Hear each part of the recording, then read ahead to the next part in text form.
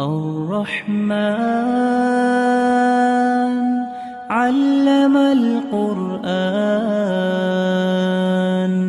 خلق الإنسان.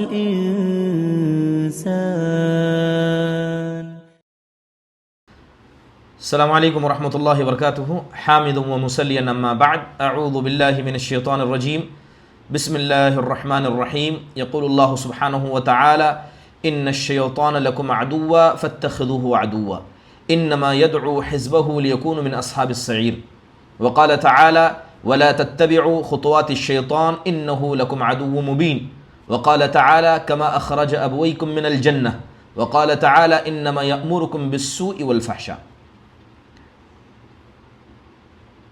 محترم حاضرات اور حاضرین، الحمدللہ اللہ کے فضل و کرم سے کویت دعویٰ سینٹر کی جانب سے ایک مستقل طور پر دو معزز علماء کو لے کر ایک کورس آپ کے یہاں برابر چل رہا ہے. درمیان میں ایک ہماری زیارت ہے، اور جیسے کہ اعلان آپ کے سامنے کیا گیا کہ فتنوں کے دور میں ایک مومن کا کردار کیا ہونا چاہیے، فتنوں کے دور میں ایک مومن کیسے زندگی گزاری، انشاءاللہ تعالیٰ اس کے حوالے سے کچھ چیدہ باتیں آپ کے سامنے رکھی جائیں گی. امید ہے کہ آپ غور سے سنیں گے اور اس نیت سے سنیں گے کہ ہم کو اسے سننا ہے، اس پر عمل کرنا ہے اور انہی باتوں کو دوسروں تک بھی پہنچانا ہے.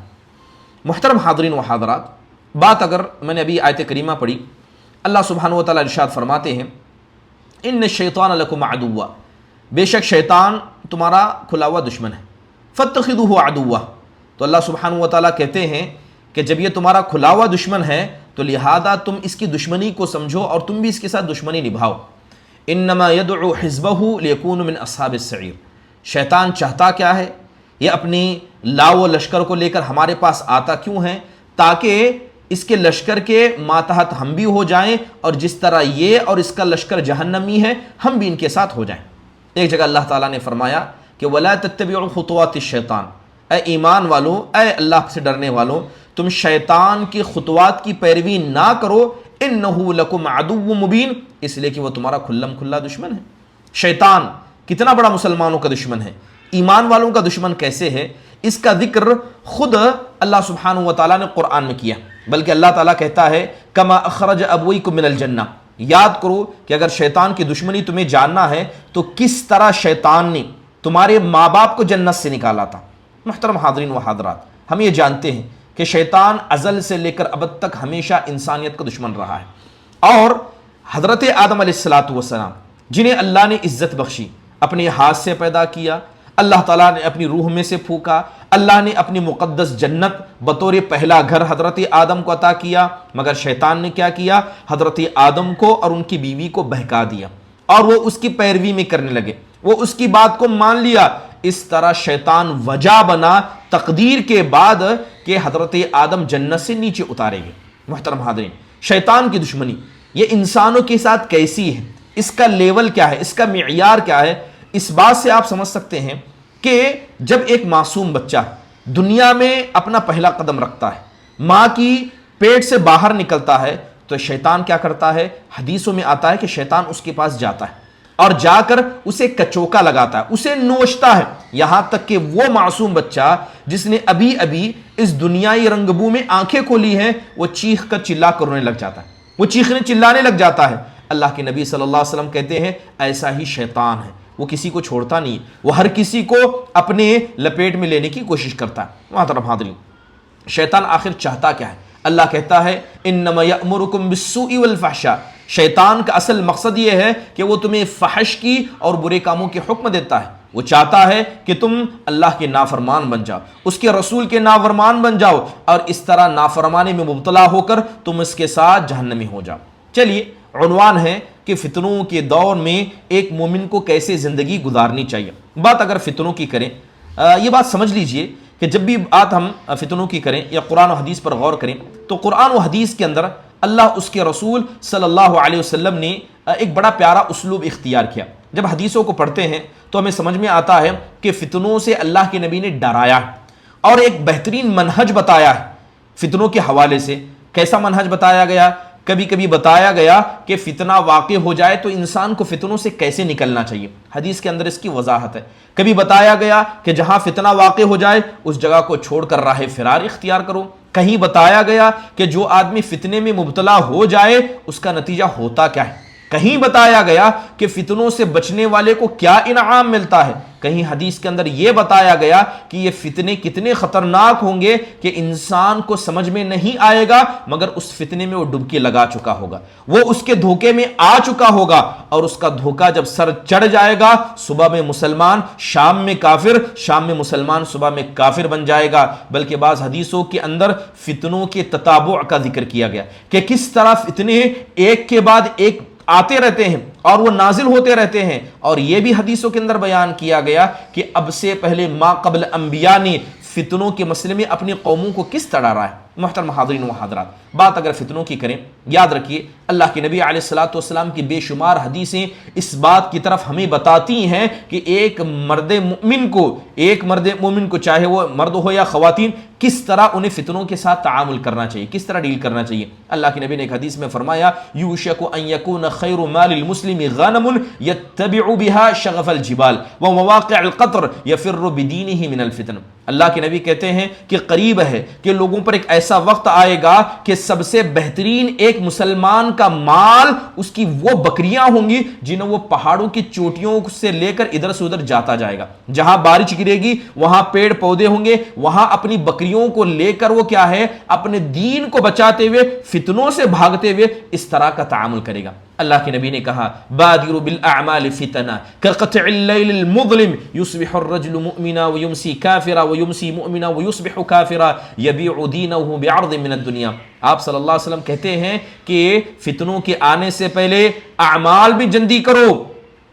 پھر آپ نے فرمایا وہ فتنے کیسے ہوں گے؟ رات کی تاریکی کے جیسے ہوں گے۔ مومن آدمی صبح میں مومن ہوگا، شام میں کافر، شام میں مومن، صبح میں کافر۔ بلکہ آپ نے کہا کہ ایک وقت ایسا بھی آئے گا کہ دنیا کے حقیر فائدے کے لیے انسان اپنی آخرت و دین کو بیچ دے گا۔ محترم حاضرین، اس طرح کے واقعات ہونے والے ہیں، اور آج ہم دیکھتے ہیں ہر مسلمان اپنی نفس کا ذمہ دار ہے، اور اللہ تعالیٰ ہر انسان سے اس کے نفس کے بارے میں سوال کرنے والا ہے۔ لہذا فتنوں کی بات کی جائے تو ہر آدمی کی بنیادی ذمہ داری ہے کہ وہ اپنے آپ کو فتنے سے بچائے اور اس راستے کو اپنائے جس کے ذریعے کیا ہے وہ اپنے آپ کو بچا سکتا ہے۔ فتنہ کہتے کسے؟ یہ لفظ فتن ہو یا فتنہ ہو، یہ عربی لفظ ہے۔ الفتن یہ اس کا واحد ہے فتنہ، اور عربی زبان میں فتنہ کے بہت سارے معنی ہیں، جیسے آزمائش، فتنے کو آزمائش بھی کہا جاتا ہے، لوگوں کی اختلافات کو بھی فتنہ کہا گیا ہے، آگ سے کسی کو جلانے کو بھی فتنہ کہا گیا ہے، انسان کسی چیز کو دیکھ کر اسے پسند کر لے، لہذا اتنا پسند کر لے کہ وہ پسند سر پر چڑھ جائے، اس کو بھی فتنہ کہا گیا۔ بسا اوقات کسی کو رسوا کر دینا، اس کو بھی فتنہ کہا گیا۔ پاگل پن ہو، عذاب ہو، قتل ہو، گمراہی ہو، بلکہ آپ قرآن پڑھیں گے تو تقریباً لفظ فتنہ کے 10 الگ الگ معنی قرآن کے اندر اور حدیث کے اندر بیان کیے ہیں۔ اصطلاحی انداز سے فتنہ کہتے کسے ہیں؟ محترم حاضرین، انسان کی حالت کو دیکھنے کے بعد یہ طے کرنا کہ یہ خیر کی حالت میں ہے یا شر کی حالت میں، یہ جو حالت کی تعیین ہے یہ اصل فتنہ کہلاتی ہے۔ اور عمومی طور پر کہا جائے تو انسان کے باطن کو نکال کر لوگوں کے سامنے رکھ دینا، جو باطن گمراہی کی طرف ملوث ہو، اسے فتنہ کہا جاتا ہے۔ عمومی طور پر اگر صریح الفاظ میں کہا جائے تو فتنے کا مطلب ہے آزمانا۔ اللہ تعالیٰ کہتا ہے وَنَبْلُوَكُمْ بِالشَّرِّ وَالْخَيْرِ فِتْنَةً، کہ ہم کیا کریں گے؟ تمہیں برائی اور خیر کے مسئلے میں فتنے میں ڈالیں گے، یعنی تمہیں آزمائیں گے۔ محترم حاضرین، اللہ تعالیٰ نے اس کا ذکر کیا ہے، اللہ تعالیٰ نے رسولوں کے حوالے سے، بلکہ حضرت عبد الرحمن بن عوف کہتے ہیں ابتلینا مع رسول اللہ صلی اللہ علیہ وسلم بالضراء فصبرنا، کہتے ہیں کہ ہم اللہ کے نبی صلی اللہ علیہ وسلم کے ساتھ فتنوں میں مبتلا کیے گئے تھے، آزمائے گئے تھے، تکلیفوں میں تو ہم نے صبر کیا، خوشی میں آزمائے گئے تو ہم نے کیا کیا ہے؟ اس میں ہم نے صبر نہیں کیا۔ محترم حاضرین و خواتین، فتنے، علماء اکرام نے فتنوں کو 2 حصوں میں بانٹا ہے۔ فتنوں کی 2 قسمیں ہیں۔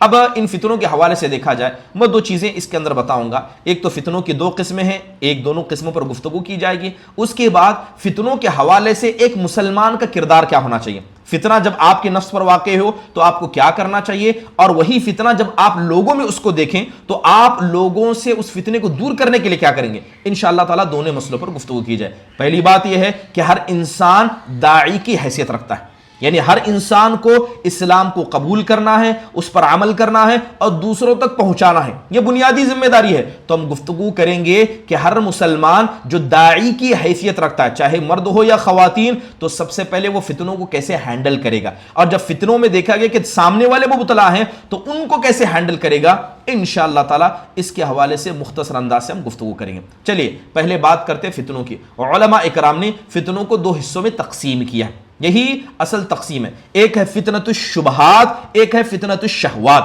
شبہات کا فتنہ، ایک ہے شہوتوں کا فتنہ۔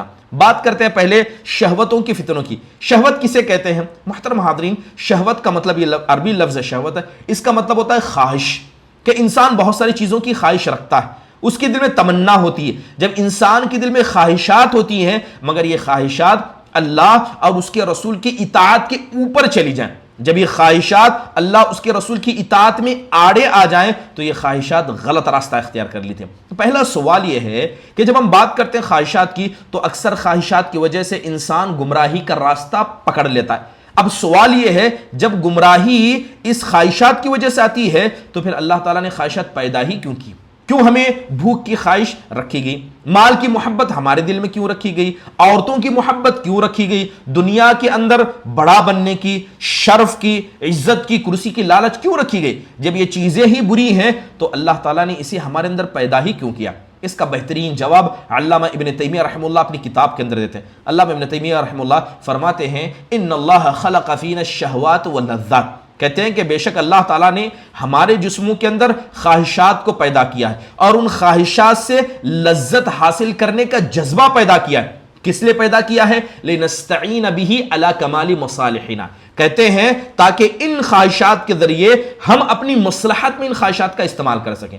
یعنی جو اللہ نے خواہشات پیدا کی ہیں ان خواہشات کا استعمال کر کے جو چیز ہم کو آخرت میں فائدہ پہنچاتی ہے اس فائدے میں ان خواہشات کا استعمال کر سکیں۔ مثال کے طور پر اللہ تعالیٰ نے کھانے کی خواہش پیدا کی۔ اللہ نے کھانے کی خواہش اس لیے پیدا کی تاکہ ہم کھائیں گے تو ہماری زندگی باقی رہے گی۔ بغیر کھائے کسی کا جسم نہ پنپ سکتا ہے، نہ جی سکتا ہے، نہ پروان چڑھ سکتا ہے۔ تو گویا اللہ نے کھانا کھانے کا حکم اور اس کی خواہش اس لیے پیدا کی تاکہ کھائیں اور ہمارا جسم دنیا میں باقی رہے جب تک اللہ نے تقدیر میں رکھا ہے۔ باقی رکھنے کا مقصد کیا ہے؟ کہ مضبوط جسم یہ مضبوط عبادت کی دلیل ہے، لہذا انسان بیماریوں سے دور رہے گا، لہذا انسان کمزوری سے دور رہے گا اور اس مضبوط جسم کے ذریعے وہ جم کر اللہ کی عبادت کرے گا، لہذا اس لیے کھانے کو پیدا کیا گیا۔ اللہ تبارک و تعالیٰ نے مال کی محبت دل کے اندر پیدا کی، کس لیے؟ تاکہ انسان اس مال کو اپنے اوپر خرچ کر سکے، اپنی آل و اولاد پر خرچ کر سکے اور وہ دینے والا بنے نہ کہ لینے والا بنے، اس لیے مال کی خواہش پیدا کری۔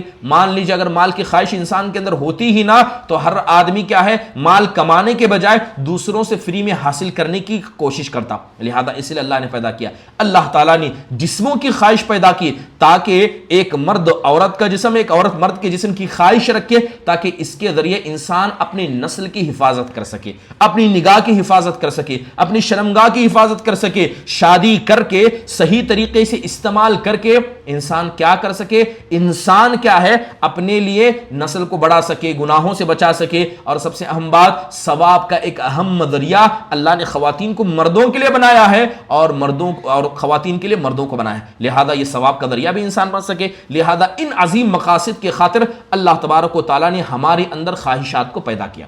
اس کے آگے کہتے ہیں کہ لو استعملنا فیما حذر منها كنا ظالمین غیر شاکرین۔ علامہ ابن تیمیہ رحمہ اللہ فرماتے ہیں اس لیے اللہ نے کھانے کی خواہش پیدا کی، اس لیے اللہ نے مال کی خواہش پیدا کی، اس لیے اللہ نے دنیا کی خواہش پیدا کی اور اسی طرح جسموں کی خواہش پیدا کی۔ جس آدمی نے جن مقصد کی خاطر اللہ نے ان خواہشات کو پیدا کیا ان کو چھوڑ کر بس ان خواہشات میں لگ کر اللہ تعالیٰ کی نافرمانی کرتا ہے، ایسا آدمی ظالم ہے، اللہ کا ناشکرا ہے، اور ہر ظالم اور ناشکرا انسان کیا ہے؟ اللہ سبحانہ و تعالیٰ کے سامنے سوال کیے جائے گا، ہر آدمی سے پوچھا جائے گا۔ محترم حاضرین، آپ دیکھیں کہ یہ جو خواہشات جس کے حوالے سے ہم بات کر رہے ہیں یہ کچھ ایسی چیزیں ہیں کہ جب تک انسان کے اندر موجود ہے انسان اس کا بہترین استعمال کر سکتا ہے۔ چلیے پہلے بات کرتے ہیں شہوات کی، کہ انسان کو کن کن چیزوں کی شہوت ہوتی ہے، خواہش ہوتی ہے۔ سب سے پہلے دنیا کا فتنہ۔ شہوتوں کے اندر، خواہشات کے اندر سب سے بڑا فتنہ جو انسانوں کے اندر موجود ہے وہ دنیا کا فتنہ ہے۔ محترم حاضرین، محترم خواتین، اس بات کو جان لیں کہ اللہ تعالیٰ نے ہمیں دنیا میں پیدا کیا، ہم کہاں ہیں؟ دنیا میں. شیطان کہاں ہے؟ اسی دنیا میں. اللہ تعالیٰ کہاں ہے؟ اللہ آسمانوں میں عرش پر مستوی ہے. فرشتے کہاں ہیں؟ یہ بھی آسمان ہے. اللہ کی ذات ہے آسمانوں میں، فرشتے ہیں آسمانوں میں، یعنی ساری عزت والی مخلوق آسمانوں میں ہے، اور اسی طرح ان کا خالق بھی آسمانوں میں ہے. اس زمین میں کون ہے؟ ہم انسان ہیں، ہمارے ساتھ شیطان ہے. اللہ تعالیٰ نے دنیا میں بھیجا ہی اس لیے ہے کیونکہ ہمیں آزمایا جائے گا. شیطان کے ساتھ رکھا گیا ہے، اور دنیا یہ سب سے بڑا شیطان کا مرکز ہے جس کے ذریعے وہ اللہ تعالیٰ کے بندے کو اپنے مقصد سے بھلا دیتا ہے. محترم حاضرین، اللہ تعالیٰ کہتا ہے انما هذه الحیات الدنیا متاع وان الاخرۃ هی دار القرار، کہ بے شک دنیا جو ہے اس کے اندر جتنا بھی سامان ہے یہ سب ایک سامان کی حیثیت رکھتا ہے. جو آج ہے کل نہیں ہوگا، آج اس سے فائدہ اٹھا رہے ہیں کل اس سے نقصان ہوگا. وان الاخرۃ ہی دار القرار، اللہ کہتا ہے کہ آخرت کی زندگی اصل میں قرار کی زندگی ہے. لہذا ہمیں ڈرایا گیا دنیا کے حوالے سے، دنیا کے فتنے سے، کہ ہم اس کے دھوکے میں نہ پڑیں، اس کے فتنے میں نہ پڑیں، اپنی آخرت کو یاد کر دیں. بلکہ اللہ تعالیٰ نے اس کے بارے میں کہا وَمَا الْحَيَاةُ الدُّنْيَا إِلَّا مَتَاعُ الْغُرُورِ، کہ دنیا کی ساری زندگی یہ دھوکے کا سامان ہے. وَمَا الْحَيَاةُ الدُّنْيَا إِلَّا مَتَاعُ الْغُرُورِ کر کے بتا دیا گیا. تین چیزوں کو انسان چھوڑنے والا ہے، اور انسان کو کوشش کرنی چاہیے کہ حتی المقدور انسان اس سے دور رہے. بات کریں دنیا کے فتنے کی. دنیا کا فتنہ ہے کیا؟ یاد رکھیے کہ آج ہم جب دیکھتے ہیں کہ ایک طرف آخرت ہے، ایک طرف دنیا ہے. ہر آدمی اپنے نفس سے پوچھے کہ حقیقت میں کتنے لوگ آخرت پر توجہ دیتے ہیں. صبح اٹھتے ہیں تو آخرت کے لیے، کام کرتے ہیں تو آخرت کے لیے. بلکہ ہمیں کس لیے پیدا کیا گیا؟ وما خلقت الجن والانس الا ليعبدون. اللہ کہتے ہیں کہ ہم نے انسان اور جنوں کو اپنی عبادت کے لیے پیدا کیا. مسلمان کا نصب عین نہیں ہونا چاہیے. صبح ہو، شام ہو، اٹھنا ہو، کھانا پینا، جینا مرنا، ہر چیز اللہ کے لیے ہونی چاہیے. اس لیے تو اللہ کہتا ہے قل ان صلاتی ونسکی ومحیایا ومماتی للہ رب العالمین. اے نبی آپ کہیے، نبی سے کہا جا رہا ہے آپ کہیے، اپنی زبان مبارک سے کہیے، اور یہی پیغام اپنی امت کو دیجئے. آپ کہیے کہ میری نماز، میرا روزہ، میرا جینا، میرا مرنا، ہر چیز اللہ کے لیے، اور اس کے ساتھ میں کسی کو شریک نہیں کرتا. یہ ہماری زندگی کا مقصد ہے. لیکن دنیا میں آنے کے بعد انسان کرتا کیا ہے؟ اس مقصد کو بھول جاتا ہے. صبح اٹھتا ہے کمانے کے لیے، شام کرتا ہے کمانے کے لیے، اور انسان آخرت کو کیا ہے؟ آپشن کے طور پر استعمال کرتا ہے. وقت بچے گا تو ہم آخرت کے لیے کام کریں گے. صحابہ کا معاملہ یہ تھا کہ وہ صبح و شام آخرت کے لیے لگاتے، اگر وقت بچتا تب وہ دنیا کی طرف جاتے. سبحان اللہ. آپ دیکھیں کہ میزان کیسے بدل گیا ہے صحابہ کے زمانے کا آج کے زمانے کا.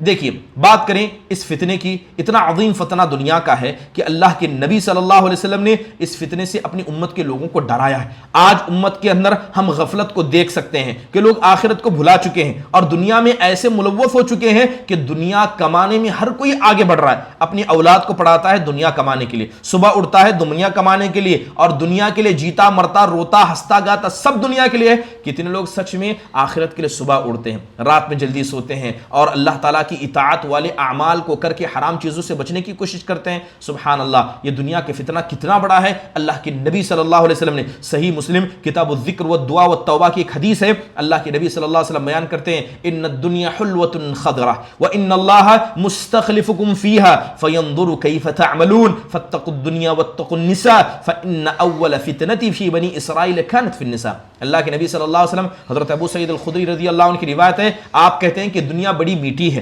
دنیا بڑی سرسبز و شاداب ہے، یعنی لذت کے اعتبار سے میٹھی ہے اور دیکھنے کے اعتبار سے بھی بڑی رنگین ہے. وَإِنَّ اللَّهَ مُسْتَخْلِفُكُمْ فِيهَا.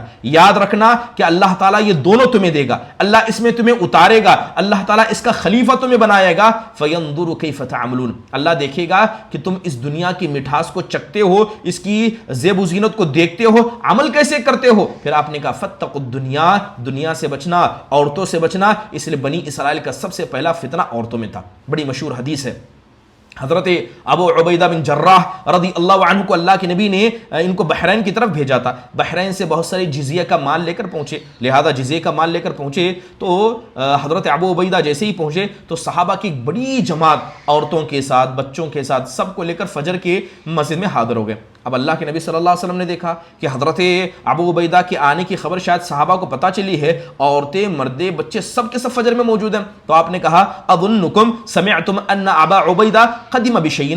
مجھے لگتا ہے کہ تم لوگوں نے سن لیا ہے کہ حضرت ابو عبیدہ بحرین سے بہت سارا مال لے کر آئے. تو کہا اجل یا رسول اللہ. کہا نے کہا اللہ کے رسول، اسی لیے تو ہم آئے ہیں کہ ہم نے سنا ہے کہ حضرت ابو عبیدہ بہت سارا مال لے کر آئے. تب اللہ کے نبی نے ایک بڑی پیاری نصیحت کی تھی. اللہ کے نبی کہتے ہیں فابشروا، کہا کہ خوش ہو جاؤ.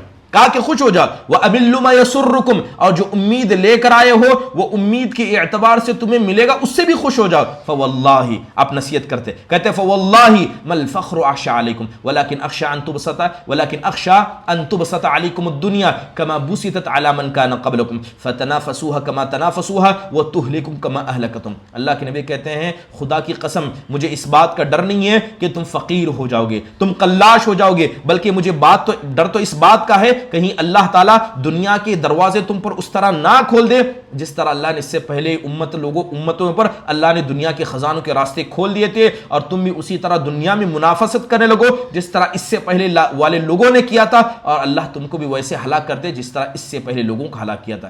سبحان اللہ. اللہ کے نبی کا ڈر تھا کہ اللہ تعالیٰ دنیا کے دروازے کھولے گا، لوگ کھائیں گے پیئیں گے، دنیا میں لگ جائیں گے، اور ایسے دنیا میں منافست کریں گے کہ آخرت کو بھول جائیں گے، اور یہی ہلاکت کی وجہ بن جائے گی. محترم حاضرین، حضرت عقبہ بن عامر رضی اللہ عنہ کی اور ایک روایت ہے، احد کے مقام پر جب اللہ کے نبی نے احد کہ جو شہداء تھے آپ نے ان پر ان کی نماز جنازہ پڑھائی تو اس کے بعد اللہ کے نبی نے نصیحت کی تھی. آپ نے کہا انی فرط لکم وانا شہید علیکم، یاد رکھنا کہ ہماری ملاقات ہوگی اور میں تم پر گواہ بنوں گا. پھر آپ نے کہا وانی واللہ لانظر الی حوضی الان وانی اعطیت مفاتیح خنائز الارض خزائن الارض. آپ کہتے ہیں خدا کی قسم میں اپنے حوض کو دیکھ رہا ہوں اور میرے حوض پر تمہاری ملاقات ہونے والی ہے. آپ حوض کوثر کی بات کریں. کہا میں اس حوض کو دیکھ رہا ہوں اور اللہ تعالیٰ نے مجھے کیا ہے زمین کے خزانے عطا کر دیے ہیں. پھر آپ فرماتے ہیں وَإِنِّي وَاللَّهِ مَا أَخَافُ عَلَيْكُمْ أَن تُشْرِكُوا بَعْدِي. آپ کہتے ہیں خدا کی قسم مجھے اس بات کا ڈر نہیں ہے کہ میرے بعد تم مشرک بن جاؤ گے، لیکن ڈر تو اس بات کا ہے کہ کہیں دنیا میں تم منافست کرنے والے بن جاؤ، دنیا میں ایک دوسرے سے آگے بڑھنے والے نہ بن جاؤ. محترم حاضرین، یہ بات یاد رکھیے. اللہ کے نبی صلی اللہ علیہ وسلم نے دنیا کے مسئلے میں ایک پیاری مثال دی. آپ نے کہا جیسے کہ ایک آدمی ایک جانور جاتا ہے اور ایک چرواہ ہوتا ہے. حدیث کی مثال ہے. آپ صلی اللہ علیہ وسلم کہتے ہیں کہ ایک چرواہ اپنے جانوروں کو لے جاتا ہے تو کیا دیکھتا ہے کہ ایک جگہ گھاسی گھاس ہے، تو لہذا جانور اس گھاس کو دیکھ لیتے ہیں اور اتنا پیٹ بھر کر کھا لیتے ہیں کہ ان کے پیٹ میں جگہ نہیں بچتی، ان کو بدہضمی ہو جاتی ہے.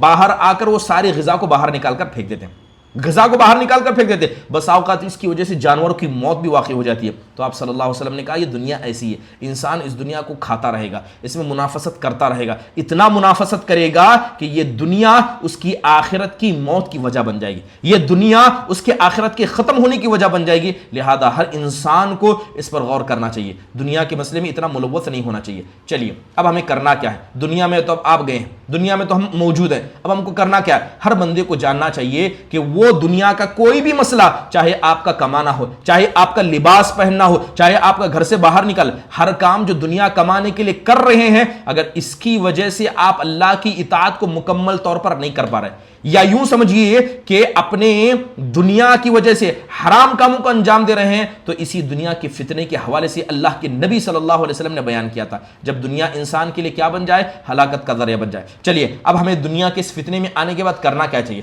سب سے پہلی بات یہ ہے کہ دنیا کے مسئلے میں منافست چھوڑ دیں.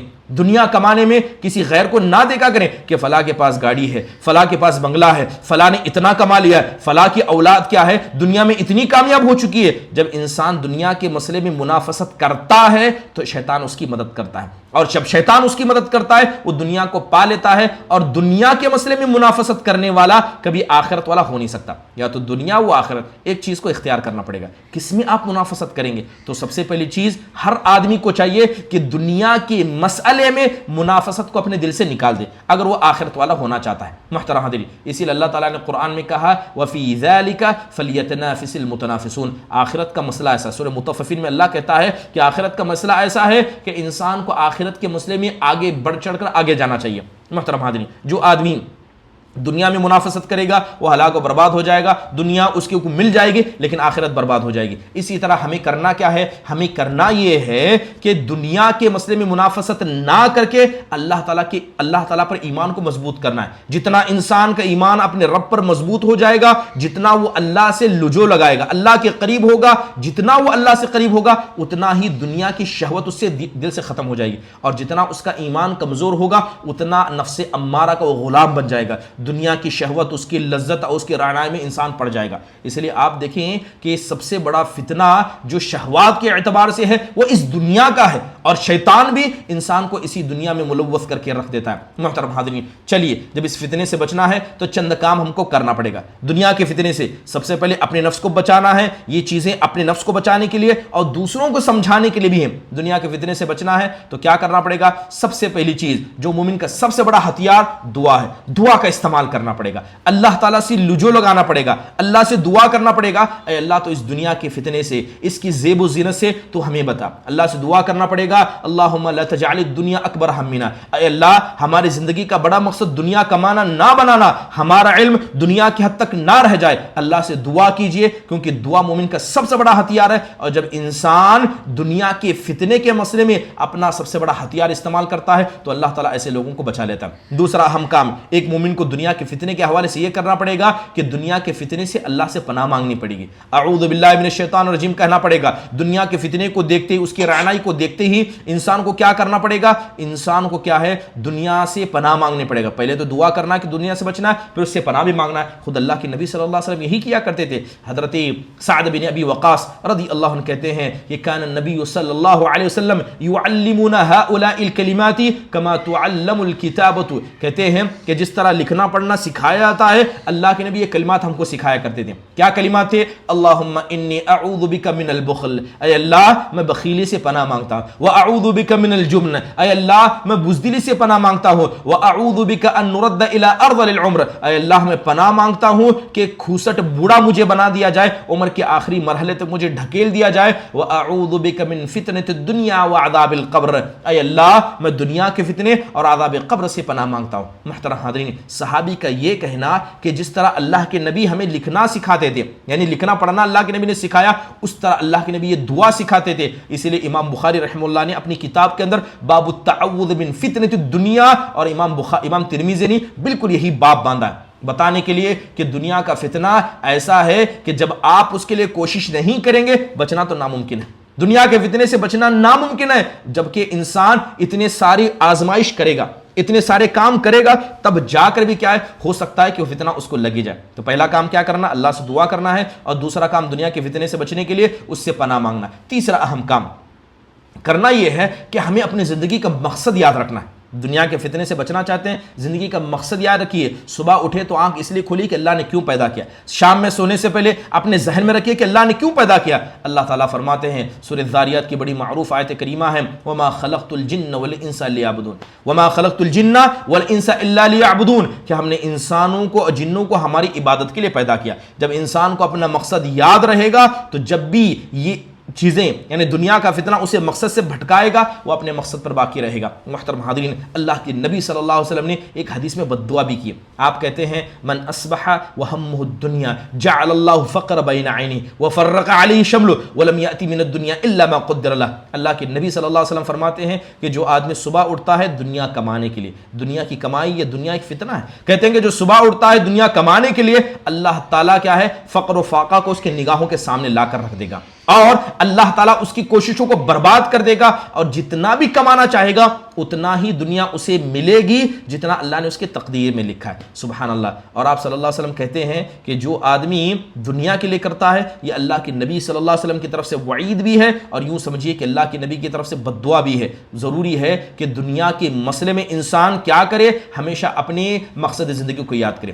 چلیے اور ایک کام دنیا کے مسئلے میں کہنا ہے کہ دنیا یہ اللہ کے نزدیک کتنا حقیر ہے، دنیا کا مقام اللہ کے نزدیک کتنا کم ہے، اس کو بار بار ذہن میں لانا ہوگا۔ یہ دنیا جو اتنی بڑی ہے، اتنی زیب و زینت والی ہے، کیا اس کا مقام اللہ کے نبی کے اللہ تعالیٰ کے نزدیک ہے؟ بلکہ امام ترمذی نے باقاعدہ ایک باب باندھا اپنی کتاب کے اندر، کہتے ہیں باب ما جاء فی ہوان الدنیا علی اللہ عز وجل، کہ یہ باب ہے اس بات کو بیان کرنے کے لیے کہ یہ دنیا کتنی ذلیل اور گھٹیا ہے اللہ تعالیٰ کے نزدیک۔ اور اس کے اندر حضرت سہل بن سعد کی روایت نقل کرتے ہیں، کہتے ہیں لو كانت الدنيا تعدل عند الله جناح بعوضة ما سقى كافرا منها شربة ماء، کہتے ہیں اللہ کے نبی نے کہا کہ اگر اللہ تعالیٰ کو یہ دنیا کی پرواہ ایک مچھر کے پر کے برابر بھی ہوتی نا، اللہ تعالیٰ کسی کافر کو ایک گھونٹ پانی تک نصیب نہ کرتا۔ یہ زمین اللہ کی، آسمان اللہ کا، قانون اللہ کا، دن اللہ کا، آخرت اللہ کی، دنیا برزخ اور آخرت سب اللہ کا، اور آدمی یہاں رہ کر اللہ کی نافرمانی کرے۔ کیا سچ میں لگتا ہے کہ اللہ تعالیٰ ایسے بخش دیتا؟ اللہ کو دنیا کی پرواہ نہیں، چاہے جو بھی کرو، یہ دنیا عمل کی زندگی ہے، چاہے جو بھی کرو اللہ کو دنیا کی کوئی پرواہ نہیں. یہی مقام اللہ تعالیٰ کے نزدیک کیا اس دنیا کا ہے. بلکہ حدیث میں فرمایا واللہ ما الدنیا فی الآخرۃ الا مثل ما یجعل احدکم اصبعہ ہذہ.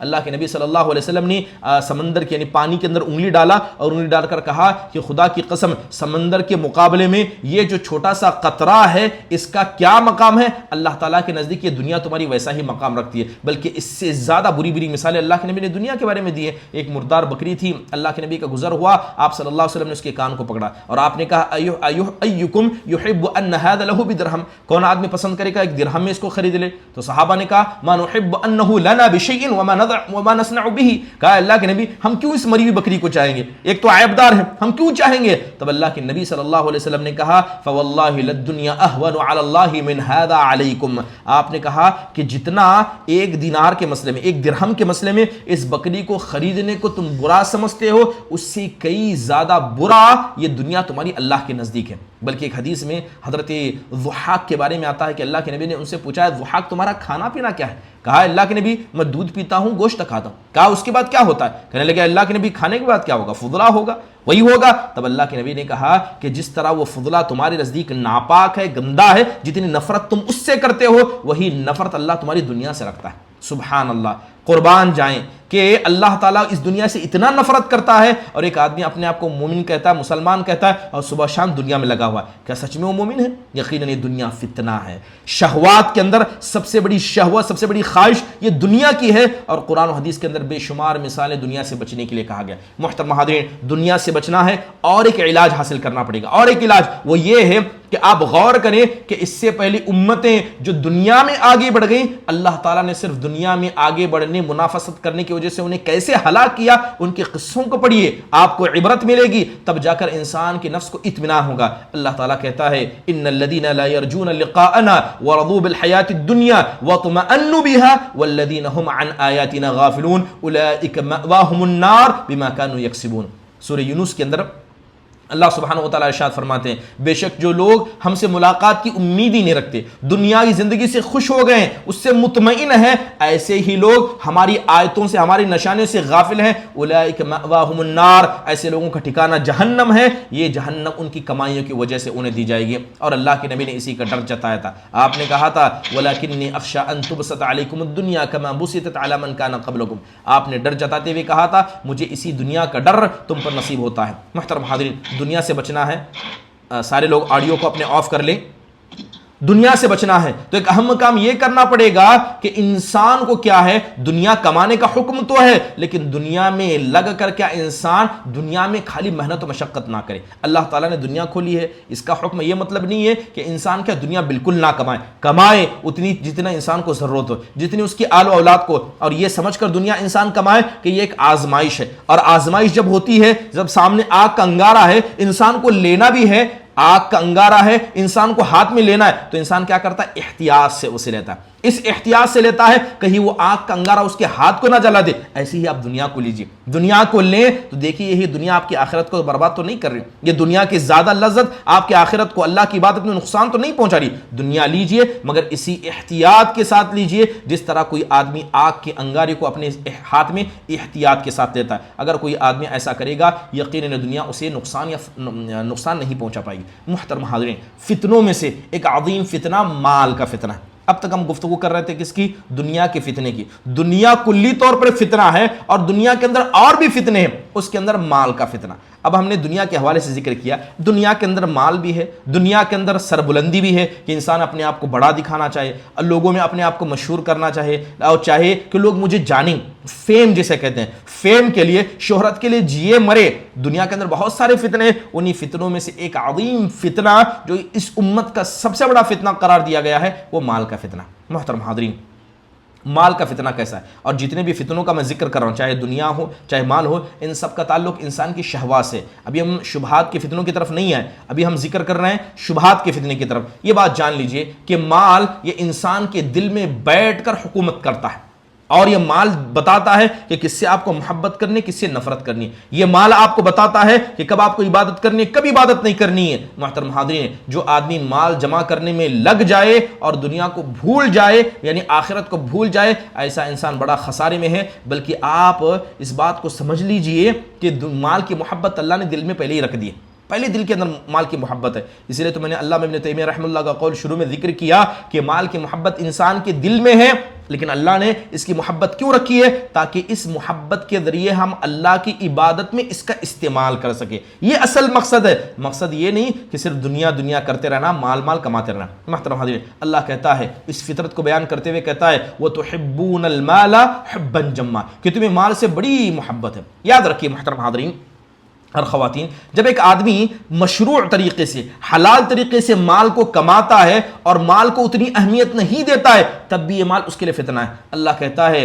المال والبنون زینت الحیات الدنیا والباقیات الصالحات خیر عند ربک ثواب وخیر عملا. سورہ کہف میں اللہ کہتا ہے کہ یہ مال اور اولاد یہ دنیا کی زندگی کی زینتیں ہیں، اور اصل میں باقیات الصالحات جو باقی رہنے والی تمہارے رب کے پاس ہے، اور اللہ تعالیٰ اس کا بہتر بدلہ دینے والا ہے. انسان مال کمانے میں ایسا نہ ہو جائے کہ مال کا غلام بن جائے، مال کے لیے دوستی کرے، دنیا کی خاطر لوگوں سے دشمنی کرے اور مال ہی سب کچھ ہو. اللہ تعالیٰ نے کہا وَاعْلَمُوا أَنَّمَا أَمْوَالُكُمْ وَأَوْلَادُكُمْ فِتْنَةٌ، جان لو، اس بات کو جان لو کہ تمہاری مال تمہاری اولاد فتنہ ہے، اور اللہ تعالیٰ ہی کے پاس اس کا بہترین اجر ہے. اور اللہ کے نبی نے ایک حدیث میں صاف فرمایا لَيَأْتِيَنَّ عَلَى النَّاسِ زَمَانٌ لَا يُبَالِ الْمَرْءُ بِمَا أَخَذَ الْمَالَ أَمِنْ حَلَالٍ أَمْ مِنْ حَرَامٍ. اللہ کے نبی صلی اللہ علیہ وسلم، ابن الاثیر رحمہ اللہ نے اس روایت کو صحیح قرار دیا ہے، اور بلکہ اس روایت کے حوالے سے بہت ساری باتیں کہی گئی ہیں. امام بخاری رحمہ اللہ نے اس حدیث کو اپنی کتاب میں نقل کیا ہے.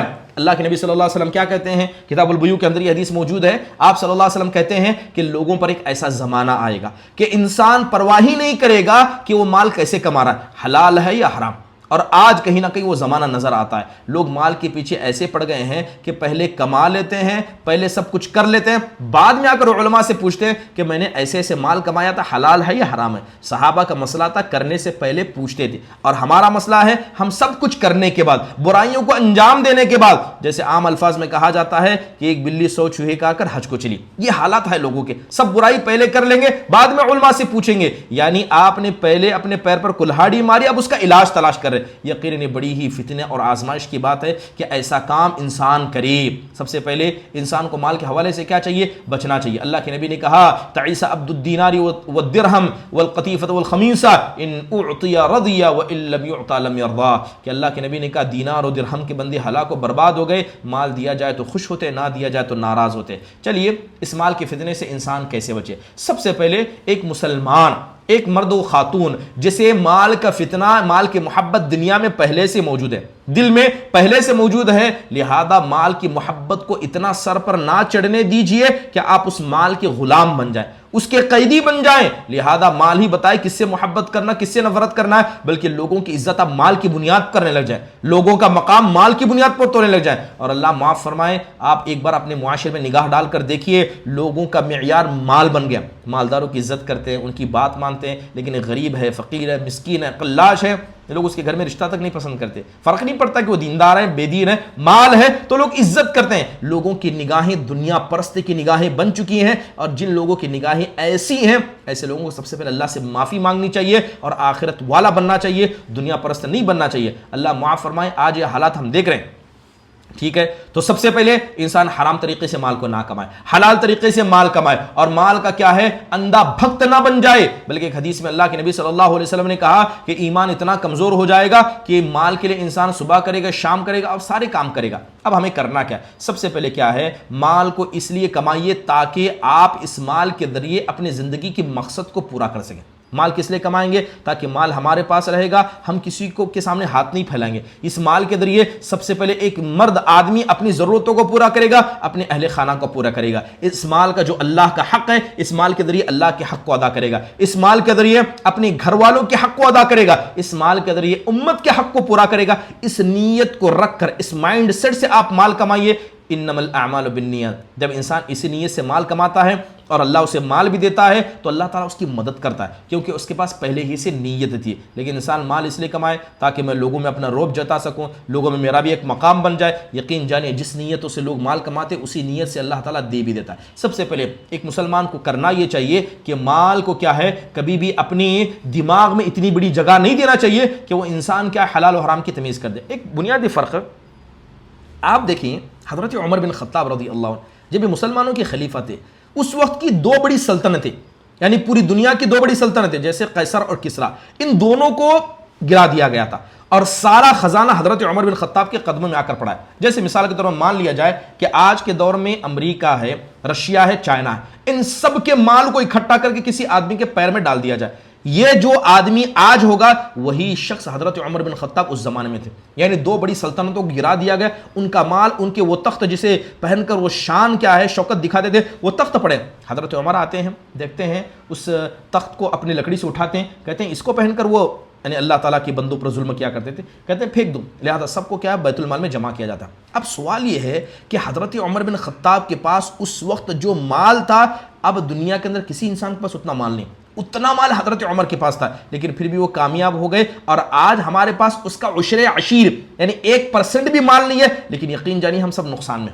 وہ کیسے؟ ایک بنیادی فرق ہے، بنیادی فرق یہ ہے کہ صحابہ کے ہاتھ میں مال تھا مگر وہ مال ان کے دل میں نہیں تھا، دل میں اس مال کی محبت نہیں تھی، اور ہمارا حال یہ ہے کہ ہاتھ میں تو مال نہیں ہے لیکن دل میں پوری مال کی محبت ہے، اور سارا مرکز منبع انسان کا دل ہے، دل میں جو ہوگا اسی اعتبار سے انسان کا کردار کیا ہے، کردار میں آئے گا اور اسی کا نقصان یا فائدہ ہوگا۔ محترم حاضرین، اس لیے بار بار کہتا ہوں کہ چاہے دنیا کی محبت ہو، مال کی محبت ہو، عورتوں کی محبت ہو، اولاد کی محبت ہو، یہ دل میں اتنی نہ چڑھ جائے کہ اللہ اس کے رسول کی نافرمانی اب دھڑلے سے کرے ان کی محبت کی خاطر، یہی نقصان ہے۔ ورنہ نہ اللہ تبارک و تعالیٰ نے نہ شادی سے روکا ہے، نہ مال کمانے سے، نہ دنیا کمانے سے، نہ ہی اپنی بیوی بچوں سے محبت کرنے سے، اسلام منع نہیں کرتا، مگر جب ان کی محبت اللہ اس کے رسول کی محبت پر غالب آ جائے، یہ ایسا فتنہ ہے جو فتنہ انسان کی آخرت کو لے کر ڈوبنے والا ہے۔ ہمیں کرنا کیا ہے؟ سب سے حلال طریقے سے مال کو کمانا ہے، اور جتنا مال آئے اسے اللہ کے راہ میں خرچ کرنے کی کوشش کرنی چاہیے، لہذا تاکہ یہ مال زیادہ بن کر کیا ہے، انسان کو دنیا میں ملوث نہ کر دے۔ اس کے علاوہ ایک انسان کو کرنا کیا چاہیے؟ کرنا یہ چاہیے کہ مال کے اندر اللہ اس کے رسول نے جو برکت کا طریقہ بتایا اس طریقے کو حاصل کیجئے، کیونکہ مال کی جب برکت ختم ہو جاتی ہے وہ مال منحوس بن جاتا ہے، نحوست وہ مال بن جاتا ہے، لہذا انسان کوشش کرے، کس بات کی کوشش کرے کہ اپنے مال کو اندر برکت پیدا کرے۔ کیسے؟ اللہ تعالیٰ کا حق ادا کر کے، زکوٰۃ دے کے، مسکینوں کا حق ادا کر کے، اسی طرح مال کو اللہ کے لیے خرچ کریں، اللہ کی راہ میں خرچ کرے، جس طرح کے صحابہ خرچ کیا کرتے تھے۔ ایک حدیث میں اللہ کے نبی نے کہا دینار انفقتہ فی سبیل اللہ ودینار انفقتہ فی رقبۃ ودینار تصدقت به علی مسکین ودینار انفقتہ علی اہلک اعظمها اجرا الذی انفقت علی اہلی۔ آپ صلی اللہ علیہ وسلم نے کہا کہ ایک دینار تم اللہ کی راہ میں خرچ کرو گے، ایک دینار گردن آزاد کرنے میں خرچ کرو گے، ایک دینار مسکین پر خرچ کرو گے، اور ایک دینار اپنے گھر والوں پر خرچ کرو گے۔ آپ نے کہا سب سے افضل دینار وہ ہے جو اپنے گھر والوں پر خرچ کرو گے۔ یہ مال کا حق ہے، لہذا مال کے حق کو ادا کیجیے۔ سب سے پہلے مال کے فتنے سے بچنا ہے تو آپ کوشش کیجیے کہ آپ اپنے نفس میں اور لوگوں کے نفس میں ڈال دیں کہ یہ مال فتنہ ہے۔ جب انسان اس بات کو ذہن میں رکھ لے کہ مال فتنہ ہے، جتنا ہوگا فتنہ اتنا بڑا ہے، سب سے پہلی چیز ذہن میں رکھنے۔ دوسرا، مال کی کثرت سے پناہ مانگا کیجیے، مال کی محبت، مال کو زیادہ نہیں بلکہ اس کی کثرت سے انسان کو پناہ مانگنی چاہیے، یہ دوسرا اہم کردار ہوگا۔ تیسری چیز یہ ہے کہ مال یہ وسیلہ ہے، یہ مال ایک وسیلہ ہے، یعنی آخرت کو ہم کو پہنچنا ہے، دنیا جینا ہے، تو دنیا جینے میں یہ مال ایک مدد کرنے والا ہے، نہ کہ مالی زندگی کا مقصد ہے۔ اس بات کو ذہن میں رکھیے محترم حاضرین۔ اس کے علاوہ اہم چیز یہ ہے کہ انسان کو کوشش کرنی چاہیے کہ مال کا جو فتنہ بتایا گیا ہے، جو ما قبل امتوں کے قصے بیان کیے گئے جنہوں نے مال کو حاصل کر کے اپنے آپ کو ہلاک و برباد کیا، ان کے قصے انسان کو بار بار پڑھنے چاہیے۔ اس کے علاوہ انسان کو کیا ہے، برابر اللہ تبارک و تعالیٰ سے کیا ہے، تعلق پیدا کرنا، آخرت والا تعلق پیدا کرنا، اور انسان کو یہ ذہن میں رکھنا ہے کہ مال کی محبت انسان کے دل میں اتنی ہے کہ اگر انسان کے پاس پوری دنیا کا مال اب آ بھی جائے تب بھی اس کی حرص کبھی کم نہیں ہوگی۔ یہ بات ہمیشہ ذہن میں رکھا کرے۔ اس لیے اللہ کے نبی نے کہا لو کان لابن آدم وادیان من مال لابتغى وادیا ثالثا ولا يملأ جوف ابن آدم الا التراب ويتوب الله على من تاب۔ آپ صلی اللہ علیہ وسلم کہتے ہیں کہ اگر ابن آدم کے لیے 2 وادی مال بھر کر ہوگا، بلکہ بعض روایتوں میں 2 وادی بھر کر سونا ہوگا، آپ نے کہا کہ تیسری وادی کی خواہش کرے گا اور قبر کی مٹی ہی ایک انسان کے پیٹ کو بھر سکتی ہے. تو آپ یہ مان لیں کہ مال کی محبت ایسی ہے جتنا کمائیں گے اور آپ چاہیں گے، لہذا یہ خواہش کبھی ختم ہونے والی نہیں. اس بات کو ہمیشہ یاد رکھیں اور کوشش کریں کس بات کی کہ حرام طریقے سے مال نہ کمائیں، اور اسی طرح ایسے مال کے قریب بھی نہ جائیں جس مال کے اندر شبہہ ہے.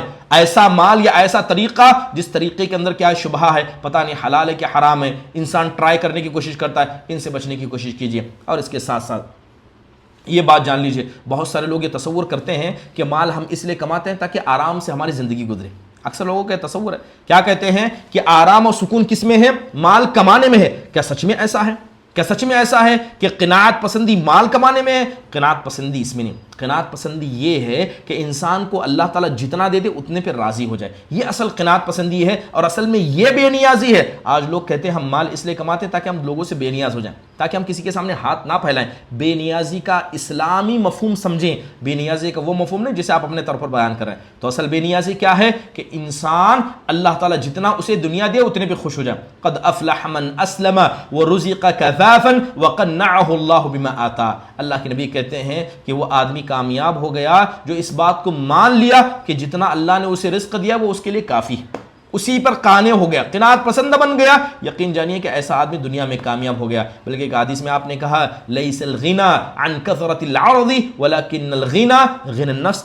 آپ نے کہا کہ زیادہ بار بار مال کا آنا یہ بے نیازی نہیں ہے، کہ اصل بے نیازی نفس کے بے نیازی ہے، کہ انسان کا دل، اس کا نفس مال سے بے نیاز ہو جائے کہ ہم کو مال کی ضرورت ہی نہیں ہے. محترم حاضرین، ان تمام چیزوں کو کرنا پڑے گا. اور یاد رکھیے نفس کی بے نیازی انسان کو کیسے حاصل ہوگی؟ جب انسان اس بات پر یقین رکھے گا کہ دینے والا، محروم کرنے والا، راضی ہونے والا اور نعمتوں پر شکر گزاری کو پسند کرنے والا صرف اللہ تبارک و تعالی. محترم حاضرین، ایک دنیا کا فتنہ ہے. اس کے علاوہ دنیا کے فتنوں میں جو انسان کی خواہش، انسان کا نفس ہوتا ہے، ان فتنوں میں سے ایک عظیم فتنہ خواتین کا فتنہ ہے. اب یہاں میں دو طریقے سے بات کروں گا. پہلے جو شبہات، شہوات ہیں اس کے حوالے سے بات کر رہے ہیں. تو پہلا شبہ دنیا کی، یعنی فتنۃ الدنیا ہے، فتنۃ المال ہے. اب بات کریں فتنۃ النساء، خواتین کے فتنے کی. ایک تو خواتین کیا ہے؟ مردوں کے لیے فتنہ ہے. اور دوسری بات یہ ہے کہ خواتین جب مردوں کے لیے فتنہ بنیں گی تو برابر وہ گناہ میں شریک ہوں گے. یہ دونوں اعتبار سے، جب ایک خاتون فتنہ بنتی ہے تو سامنے والا اس کی وجہ سے فتنے میں پڑتا ہے تو فتنے میں پڑنے والا بھی گنہگار، اور جو خاتون وجہ بنی ہے وہ بھی ذمہ دار. تو دونوں گناہ میں برابر ہیں. لہذا چلیے اس کا خیال کرتے ہوئے اس فتنے کو سمجھتے ہیں کہ آخرکار خواتین کے وجود کو فتنہ کیوں کہا گیا. فتنہ کا مطلب آزمائش ہے. اور یاد رکھیے کہ خواتین کے ذریعے اللہ سبحانہ و تعالیٰ نے کیا ہے، ایک ایسا عظیم فتنہ اس دنیا میں چھوڑا ہے، کیونکہ خواتین کیا ہے، یقیناً یہ نسل کو بڑھانے کا ایک بہترین ذریعہ ہے. لیکن جب انسان اس کو غلط طریقے سے استعمال کرتا ہے، بلکہ حدیثوں کے اندر اللہ کے نبی صاحب صلی اللہ علیہ وسلم نے صاف فرمایا، آپ کہتے ہیں ما ترکت بعدی فتنة اضر علی الرجال من النساء، کہ میں نے اپنی اس امت کے مردوں پر عورت سے بڑھ کر کوئی فتنہ نہیں چھوڑا. بلکہ ایک حدیث میں آپ نے کہا فاتقوا النساء، عورتوں سے بچو، اس لیے کہ بنی اسرائیل کا پہلا فتنہ عورتیں تھی. اب محترم حاضرین، خواتین کیسے فتنہ ہے؟ آزمائش. خواتین یہ آزمائش کیسے ہیں؟ کیونکہ جب ایک انسان عورتوں کی ضرورتوں کو پورا کرنے میں، ان کو خوش کرنے میں اتنا آگے بڑھ جاتا ہے، بلکہ اپنی ساری دنیا عورتوں کو ہی سمجھ لیتا ہے، ان کے لیے حلال و حرام کی تمیز کرنے بھول جاتا ہے، تو ایسا آدمی عورتوں کے فتنے میں مبتلا ہو جاتا ہے. اور اللہ کے نبی صلی اللہ علیہ وسلم نے کہا کہ جب ایک عورت مرد کی محبت کو اپنے دل میں اتنا رکھے، ایک مرد ایک عورت کی محبت کو دل میں اتنا رکھے کہ اللہ اس کے رسول کو بھلا دے، تو یقیناً وہ عورت مرد کے لیے فتنہ ہے اور وہ مرد اپنی عورت کے لیے فتنہ ہے. محترم حاضرین، اس لیے آپ دیکھیں اسلام نے واضح احکام خواتین کو دیے کہ نہ وہ اپنے نفس کو لوگوں کے لیے فتنہ بننے دے، اور نہ ہی مردوں کو حکم دیا گیا کہ وہ عورتوں کو اپنے لیے فتنہ بننے دے. دونوں، یعنی مرد بھی کیا ہے عورتوں سے دور رہیں، اور عورتیں بھی کیا چند چیزوں کی پابندی کریں تاکہ بذات خود وہ مردوں کے لیے فتنہ نہ بنے. کیا اسلام نے حکم دیا ہے؟ سب سے پہلی چیز عورتوں کو گھر میں رہنے کا حکم دیا گیا. آپ دیکھیں کہ جب ایک عورت گھر سے باہر نکلتی ہے وہ اصل میں انسانی شکل میں ہوتی ہے، مگر شیطان اس عورت کو مزین کر دیتا ہے. بلکہ امام قرطبی نے صاف کہا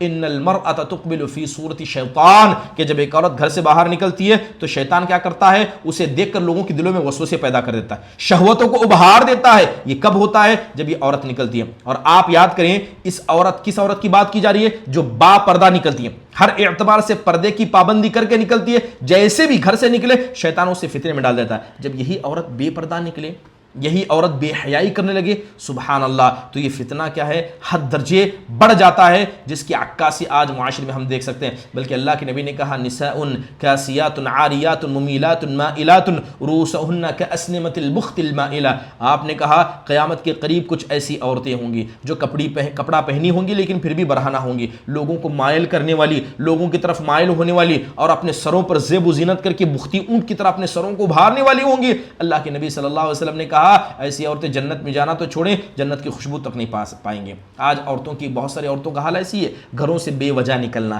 شاپنگ کے نام پر، تجارت کے نام پر گھر سے باہر نکلنا، بے پردگی، یعنی عورتیں سمجھتی ہیں، بعض خواتین ایسا سمجھتی ہیں کہ پردے کا مطلب ہے کہ جب آپ مارکیٹ میں جائیں تب پردہ کریں، گھر سے باہر نکلنا۔ محلے میں کتنی عورتیں ایسی جو محلے وغیرہ میں پردے کا خیال کرتی ہیں، بے جا ضرورت گھروں سے باہر نہیں نکلتی ہیں۔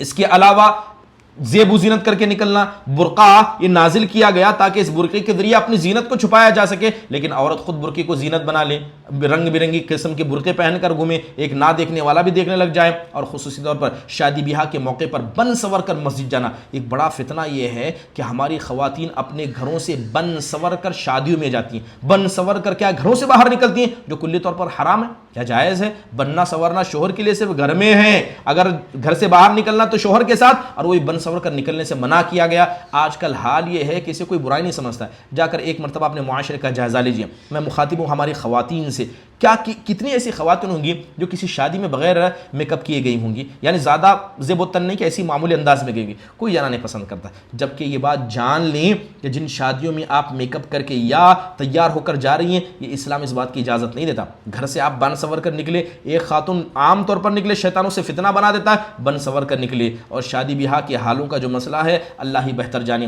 عید کا موقع آتا ہے، عبادت کے لیے جاتے ہیں، بن سور کر جاتے ہیں، بچیاں اور ہماری خواتین تیار ہو کر عیدگاہ جاتی ہیں، کیا اس بات کی اجازت اسلام ہمیں دیتا ہے؟ محترم حاضرین، یقیناً یہ ایسا فتنہ ہے جس فتنے سے ہر کسی کو بچنا ہے۔ چلیے اب کس طرح خواتین اپنے آپ کو فتنہ نہ بنائے اور مرد ان کے فتنے میں مبتلا نہ ہو؟ سب سے پہلے ہر کوئی اپنی نگاہ کی اور شرمگاہ کی حفاظت کرے۔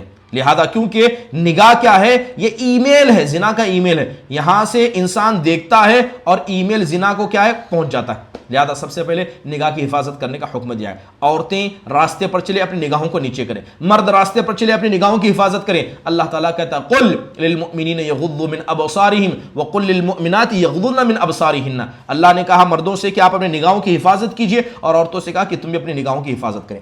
دوسرا طریقہ، نہ عورتیں خود فتنہ بنے نہ مرد ان کے فتنے میں پڑے، کہ ہمیشہ اختلاط سے بچے۔ جہاں مرد و عورت کا اختلاط ہوتا ہے، جب ملتے ہیں دور رہیں ایسی جگہ پر۔ شیطان ایسی جگہ پر اپنے پھندے باندھ دیتا ہے، لہذا منع کیا گیا کہ کوئی بھی عورت کسی مرد کے ساتھ جو اجنبی ایک جگہ نہ ہو، نہ آٹو میں بیٹھے، نہ بس میں بیٹھے، نہ کسی تنہی جگہ پر ملے۔ آپ نے کہا لا یخلون رجل بامرأۃ الا ومعها ذو محرم، آپ نے کہا بغیر محرم کے کوئی عورت کسی اور سے نہ ملے۔ آپ صلی اللہ علیہ وسلم نے منع فرمایا، کیونکہ شیطان کیا کرتا ہے؟ فتنوں کو بڑھا کر رکھ دیتا ہے۔ تو یہ کام کرنا پڑے گا۔ تیسرا اہم کام یہ کرنا پڑے گا کہ جو لڑکے اور اسی طرح لڑکیاں جوان ہو جاتی ہیں، انہیں فتنے میں پڑنے سے پہلے ان کی شادیاں کر دیجئے۔ سبحان اللہ، اللہ معاف فرمائے ہمارے اس معاشرے کو اور معاشرے کے اندر بڑھتی ہوئی شادی کے مسئلے میں بیرا روی کو، کہ پڑھائی کے نام پر بہت ساری خواتین کی شادی تاخیر سے کی جاتی ہے۔ کئی لڑکوں کی شادی جاب نہیں لگی ہے، اس وجہ سے تاخیر کی جاتی ہے۔ آپ یہ جانتے ہیں کہ شادی کوئی عمر اسلام میں نہیں ہے،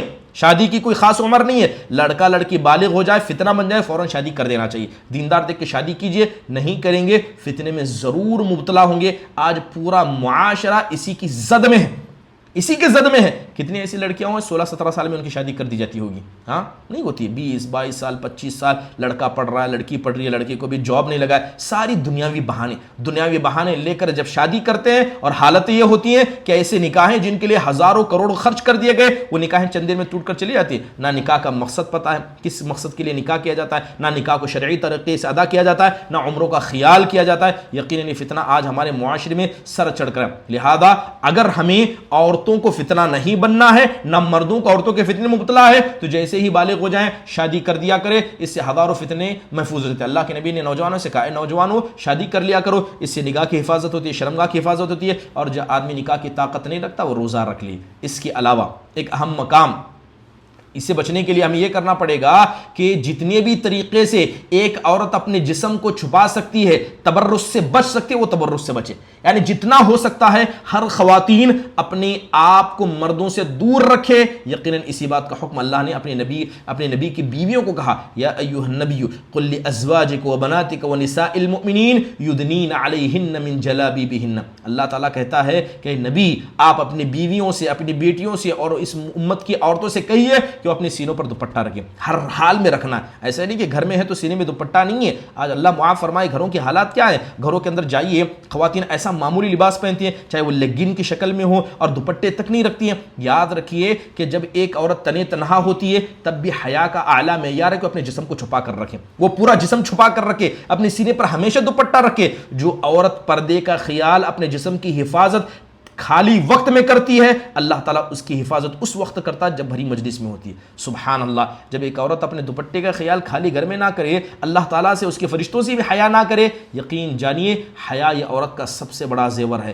کتنا بہتر ہوتا کہ وہ ماں باپ جو کئی تولہ سونا اپنی بیٹی کو دے دیتے ہیں، 10 تولے 20 تولے فخر کے لے دیتے ہیں، حیا کا زیور دے دیتے، یقین جانیے ہزاروں مصیبتوں سے یہ ماں باپ بچ جاتے ہیں. یقین جانیے حیا اتنا بڑا زیور ہے اور ہر خاتون کو حیا دار بننا ضروری ہے. تو اگر آپ چاہتے ہیں کہ عورتوں کی فتنوں سے مرد بچیں اور عورتیں خود نہ فتنہ بنیں، اس کام کو کرنا پڑے گا. اس کے علاوہ ایک اہم کام یہ کرنا پڑے گا کہ آج دور حاضر کے اندر خواتین کے حوالے سے جتنے پروپیگنڈے کیے جا رہے ہیں، عورت کو آزاد کرنا چاہیے، عورت کو گھر سے باہر نکالنا چاہیے، مرد و عورت برابر ہیں، ایکوالٹی کی بات کی جاتی ہے. اسی طرح کہتے ہیں کہ عورتوں کو گھر کے باہر نکل کر کام کرنا چاہیے. یہ کہا جاتا ہے کہ ہماری بیٹیاں بیٹوں سے کم ہیں کیا. اس طرح کے جتنے نعرے بازیاں جو اصل میں عورتوں کو گھروں سے باہر نکال کر ان عورتوں تک اپنے ہاتھ کو پہنچانا چاہتے ہیں، ایسی ہر قسم کی گمراہ فکر سے ہماری گھر کی خواتین کو بچانا پڑے گا. جب تک خواتین اس بات کو نہیں سمجھیں گی کہ ان کا برقع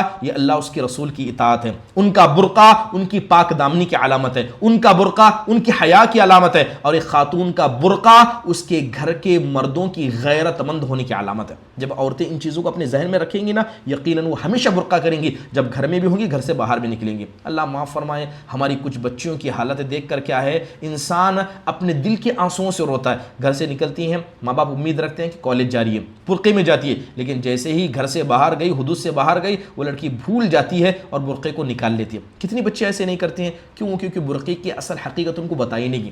گھر کے ماں باپ کے زور سے، والدین کے ڈر سے وہ برقعہ پہنتی ہیں. اس طرح کا ڈر کام نہیں آتا جب تک کہ اللہ اس کا رسول کا ڈر ان کے دلوں میں نہ آ جائے. محترم حاضرین اور خواتین، ضروری ہے کہ خواتین کا جو فتنہ، نہ خاتون کوئی خود فتنہ بنے، نہ مرد ان خواتین کے فتنے میں پڑے، اس سے بچنا ضروری ہے. محترم حاضرین، اسی طرح ایک عظیم فتنہ خواتین کے علاوہ اللہ سبحانہ و تعالیٰ نے جس کا ذکر قرآن و حدیث میں کیا ہے، ایک محبوبات یعنی انسان کی پسندیدہ چیزوں کا فتنہ، کہ انسان دنیا کے اندر بہت ساری چیزوں کو محبت کرتا ہے، بہت ساری چیزوں کے انسان میلان رکھتا ہے. بسا اوقات کسی یعنی بیوی ہے، بیوی سے اتنی محبت لگ گئی کہ ہر چیز کو بھلا دیا. اولاد ہیں، کوئی ماں اپنی اولاد سے اتنے محبت کرنے لگا ہر چیز کو بھول گیا. کوئی اپنی ماں سے اتنی محبت کرتا ہے کہ دنیا کی ہر چیز کو بھول جاتا ہے. کچھ تو ایسے ہیں اپنے دوستوں سے اس قدر محبت کرتے ہیں کہ دنیا کی ہر چیز کو بھول جاتے ہیں. یاد رکھیے کہ کسی چیز کی محبت جب اللہ اس کے رسول کے آڑے آ جائے، چاہے وہ محبت آپ کے اپنے ماں باپ کی کیوں نہ ہو، چاہے وہ محبت اپنی بیوی کی کیوں نہ ہو، اولاد کی کیوں نہ ہو،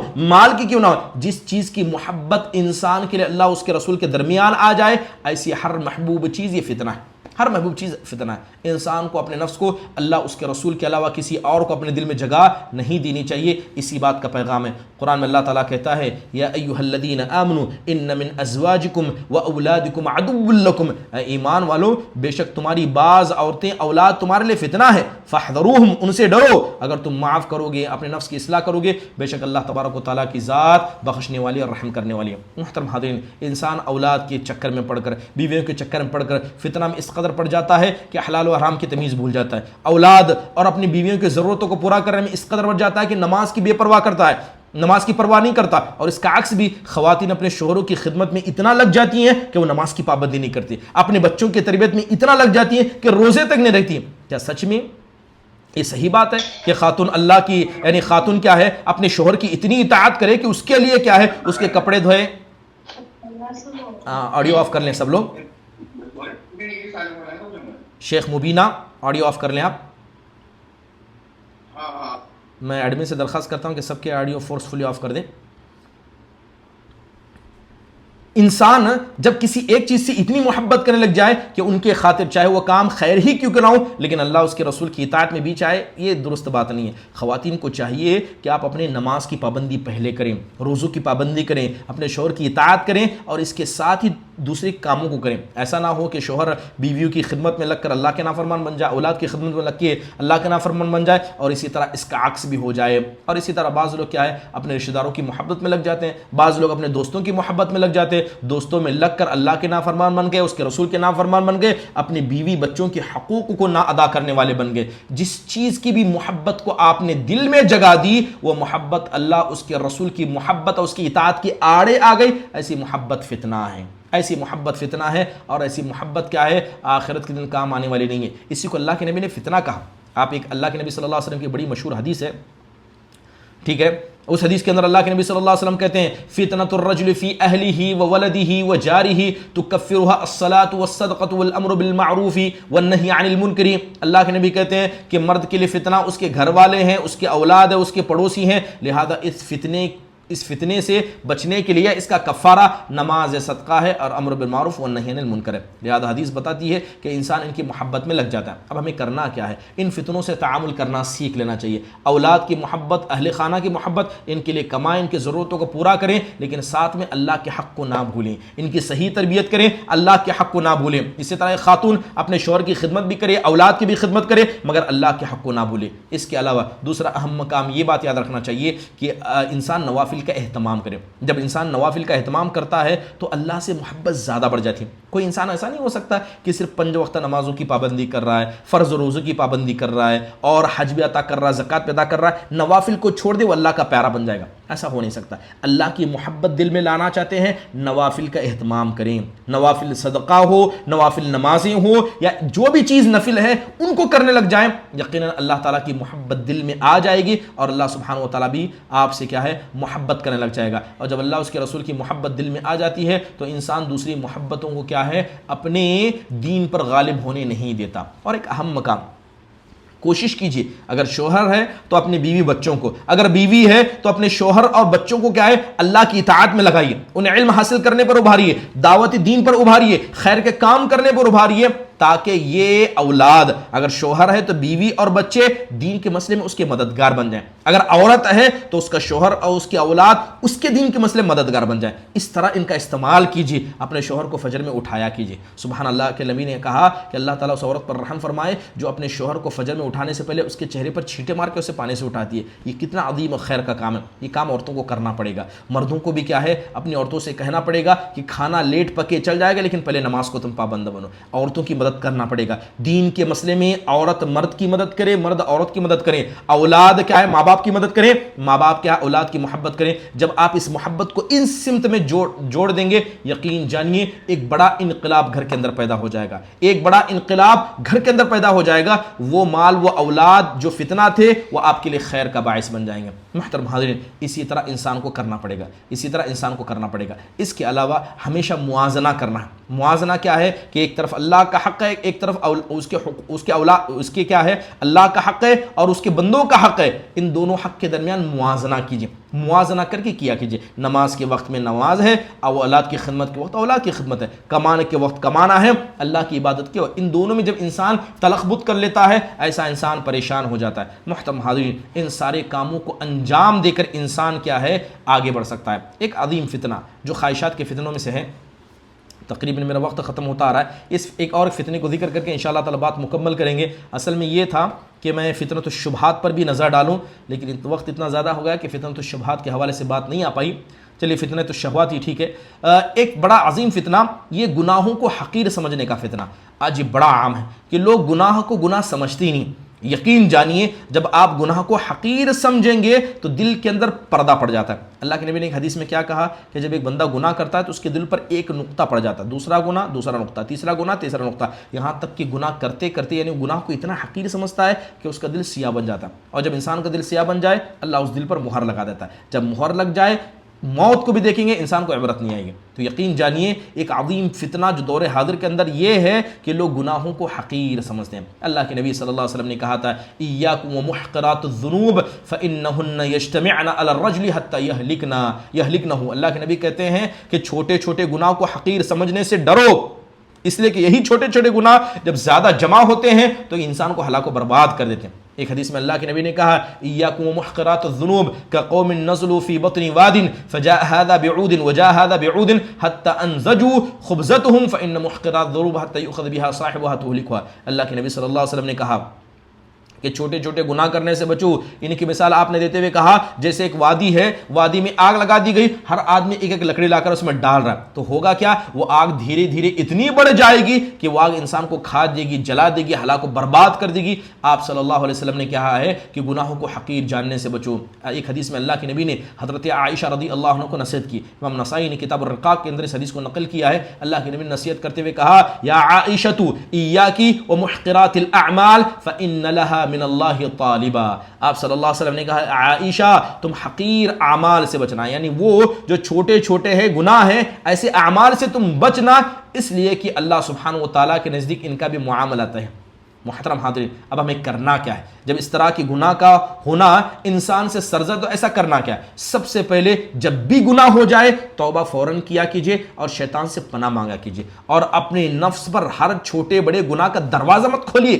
گناہ ہو جائے گناہ کو روکنے کی کوشش کیجئے. یہ مت دیکھیے گناہ بڑا ہے یا چھوٹا ہے، یہ دیکھیے کہ کس ذات کی آپ نافرمانی کر رہے ہیں، پہلی چیز. دوسری بات یہ ہے کہ گناہ کو انسان ہمیشہ شریعت کی نگاہ سے دیکھے، اپنی نگاہ سے نہ دیکھے. گناہ یہ ہے کہ ہر گناہ کی وجہ سے انسان کا تقوی کمزور ہو جاتا ہے، ہر گناہ کی وجہ سے اللہ کی تعظیم دل میں کم ہو جاتی ہے، ہر گناہ کی وجہ سے انسان دوسرے گناہ کا دروازہ کھول لیتا ہے. اس نگاہ سے گناہوں کو دیکھا کیجیے. اس کے علاوہ آپ جان لیجئے کہ جو بھی گناہ آپ کریں گے اس کی وجہ سے اللہ خیر کا دروازہ آپ پر بند کرنے والا. چھوٹا گناہ کیا، چھوٹا خیر کا دروازہ بند ہوا. بڑا گناہ کیا آپ نے، بڑا خیر کا دروازہ بند ہو گیا. اس نگاہ سے گناہوں کو دیکھا کیجیے. جب انسان اپنی اس نگاہ سے گناہوں کو دیکھے گا اس کی حالت بدل سکتی ہے. اس کے علاوہ ہمیں کرنا کیا ہے؟ جب دوسروں کو ہم دیکھیں کہ وہ اس طرح کے گناہ میں ملوث ہیں تو سب سے پہلے ایسے لوگوں کو نصیحت کریں، بتائیں کہ یہ چھوٹے چھوٹے گناہ دل میں کیسے کیا ہے زنگ لا کر چھوڑ دیتے ہیں، کس طرح دل کے سیاہ کر دیتے ہیں. اس کے علاوہ گناہ کو بتائیں کہ گناہ جمع ہو جائیں تو یہ انسان کو، اکیلے انسان کو آگ کی طرح جلا کر رکھنے کے لیے کافی ہیں. اور یہ بھی بتائیں کہ گناہ جیسا بھی ہو اس گناہ کی وجہ سے انسان دنیا میں سعادت تو حاصل نہیں کر سکتا، بلکہ گناہ یہ نقصان کی وجہ بنتی ہے. اسی طرح گناہوں کے مسئلے میں انسان کو ہلکا سمجھنا، یعنی گناہوں کا حقیر سمجھنا، یہ اللہ تعالیٰ کی عظمت میں کمی ہے، اللہ کے ساتھ بے ادبی ہے. ذالک ومن یعظم شعائر اللہ فانہا من تقوی القلوب. جو اللہ کے شعائر کی عزت کرتا ہے یقین جانیے ایسا آدمی کیا ہے اللہ تعالیٰ کے دیے ہوئے تقوی کو اپنے سینے میں اختیار کرتا ہے. جب بھی گناہ ہو جائے ہمیشہ شیطان سے پناہ مانگا کریں اور گناہ سے بچا کریں. اللہ معاف فرمائے. آج کے زمانے میں کچھ ایسے گناہ جنہیں لوگ حقیر ہی نہیں سمجھتے. چلیے چھوٹی سی ایک مثال بتا کر اپنی بات کو ختم کرتا ہوں. یہ موبائل فون استعمال کرتے ہیں ہم سب لوگ. جب یوٹیوب کھولتے ہیں تو کسی نہیں معلوم کہ ایک عورت ایک اجنبی مرد کو جب دیکھے گی تو اس کا دیکھنا ناجائز ہے. آئی ٹو آئی سامنے دیکھنا ناجائز ہے تو موبائل فون میں بھی دیکھنا ناجائز ہے. یوٹیوب کھولیں گے، انسٹاگرام کھولیں گے، فیس بک کھولیں گے، یا اسی طرح جتنے بھی یہ سوشل میڈیا کے ایپس ہیں یا عمومی طور پر موبائل ہیں، جب ان کو آپ کھولیں گے یہاں تک کہ اللہ معاف فرمائے خواتین کے دوسروں کے سٹیٹس چیک کرتی ہیں جہاں پر مردوں کی فوٹو لگی ہیں، یا اسی طرح کچھ مرد عورتوں کے سٹیٹس چیک کرتے ہیں جہاں پر ان کی تصویریں لگی ہیں. کیا کون اس کو برا سمجھتا ہے؟ سبحان اللہ. جیسے آج لوگوں نے سمجھا ہے پردے کا مطلب گھر کے باہر پردہ کرنا ہے، نگاہوں کا وہ پردہ نہیں جو گھر کے اندر رہ کر انسان کرے. سبحان اللہ. یہ گناہ نہیں، یہ حرام کام ہے. انسان کو انہیں حقیر نہیں سمجھنا چاہیے، انسان کو اس سے کیا ہے بچ کرنا چاہیے. اللہ کے نبی صلی اللہ علیہ وسلم سے پوچھا گیا منافق کی سب سے بڑی علامت کیا ہے؟ آپ نے کہا جھوٹ بولنا. سبحان اللہ. کتنے لوگ جھوٹ نہیں بولتے ہیں، صبح شام جھوٹ بول رہے ہیں، شوہر بیوی سے، بیوی شوہر سے، بچے ماں باپ سے، ماں باپ بچوں سے، سب چل رہا ہے لیکن ان سے لوگ گناہ بھی نہیں سمجھتے. سبحان اللہ. دھوکہ دینا. اسی طرح انسان کا دو چہرے والا ہونا، ڈبل فیس کا ہونا، منافقانہ چال انسان کا چلنا. انسان اپنی اولاد کے ساتھ ایک ہے، دوسری کی اولاد کے ساتھ ایک ہے. گھر کے ساس و سسر اپنی بیٹی کے ساتھ ایک ہے، اپنی بہو کے ساتھ ایک ہے. یہ معاشرتی نفاق آج موجود ہے ہمارے درمیان. ہاں، بیٹی کو ایک نگاہ سے، بہو کو ایک نگاہ سے، بیٹوں کے ساتھ الگ تعامل، بیٹیوں کے ساتھ الگ تعامل. یہ منافقانہ چال ہے جسے اللہ اس کے رسول ناپسند کرتے ہیں اور لوگ انہیں برا بھی نہیں سمجھتے. غیبت کرنا، چغلی کرنا، کسی کی پیٹھ پیچھے برائی کر کے اس کی جاسوسی کرنا کہ کون کیا کر رہا ہے، کیا یہ گناہ نہیں ہے؟ یہ حرام کام ہے، اور اللہ معاف فرمائے ایک بڑا طبقہ معاشرے کے اندر، بڑا طبقہ ان کو برا ہی نہ سمجھتا ہے۔ یاد رکھیے یہ گناہ تھوڑے تھوڑے تو انسان کرتا ہے، روزانہ کرتا ہے، جب ان کو حقیر سمجھتا ہے تو یہ گناہ اتنا بڑا پہاڑ بن جاتے ہیں کہ یہ سارا پہاڑ انسان کی نیکیوں کو کائے برباد کرنے کے لیے کافی ہے۔ اللہ تعالیٰ سے دعا ہے کہ اللہ سبحانہ و تعالیٰ ہمارے سے اٹھنے بیٹھنے کو قبول فرمائے، اور شہوتوں کے حوالے سے، خواہشات کے حوالے سے جتنے فتنوں کا ذکر کیا گیا، اللہ تبارک و تعالیٰ ان تمام فتنوں سے ہم میں سے ہر انسان کو بچا کر رکھے۔ جو علاج بتایا گیا اس کو سن کر اس پر عمل کرنے کی توفیق نصیب فرمائے۔ اس کے علاوہ جیسے فتنۃ الشبہات، فتنوں کی بات ہو رہی تھی کہ فتنوں سے انسان کیسے بچے، میں نے فتنۃ الشہوات کا ذکر کیا، یعنی وہ فتنے جو انسان کی خواہش کی وجہ سے پیدا ہوتی ہے۔ کچھ فتنے انسان کے شبہات، یعنی دین کے مسئلے میں شک و شبے کے، اللہ کے مسئلے میں شک، اللہ کے رسول کے مسئلے میں شک، دین کے مسئلے میں شک، جیسے ہزاروں شبہات اٹھائے جاتے ہیں۔ ایک بڑا شبہہ اٹھایا جاتا ہے کہ اسلام نے خواتین پر ظلم کیا ہے۔ کیسے ظلم ہے؟ میراث کے مسئلے میں، لڑکے کو دگنا، لڑکی کو سنگل، پردے کے مسئلے میں، برقعے کے مسئلے میں شک و شبہ ڈال دیا گیا۔ کبھی اللہ کے نبی کے ذات کے مسئلے میں شک و شبہ، اللہ کے نبی نے 7 سال کی بچی سے شادی کی، 9 سال کی بچی سے ولیمہ کر دیا، شریعت پرانی ہے، نئی شریعت یہ ابھی نہیں چلے گی، کتنے شبہات ہیں، صبح و شام ایسے ہزاروں شبہات کو سنتے ہیں۔ تو یہ شبہات بھی کیا ہے؟ فتنے کے اندر آتے ہیں۔ اگر اللہ تعالیٰ نے کبھی موقع دیا تو اس کے حوالے سے بھی مختصر باتیں آپ کے سامنے رکھی جائیں گے۔ اللہ تعالیٰ سے دعا اللہ ہمارے سے اٹھنے بیٹھنے کو قبول فرمائے۔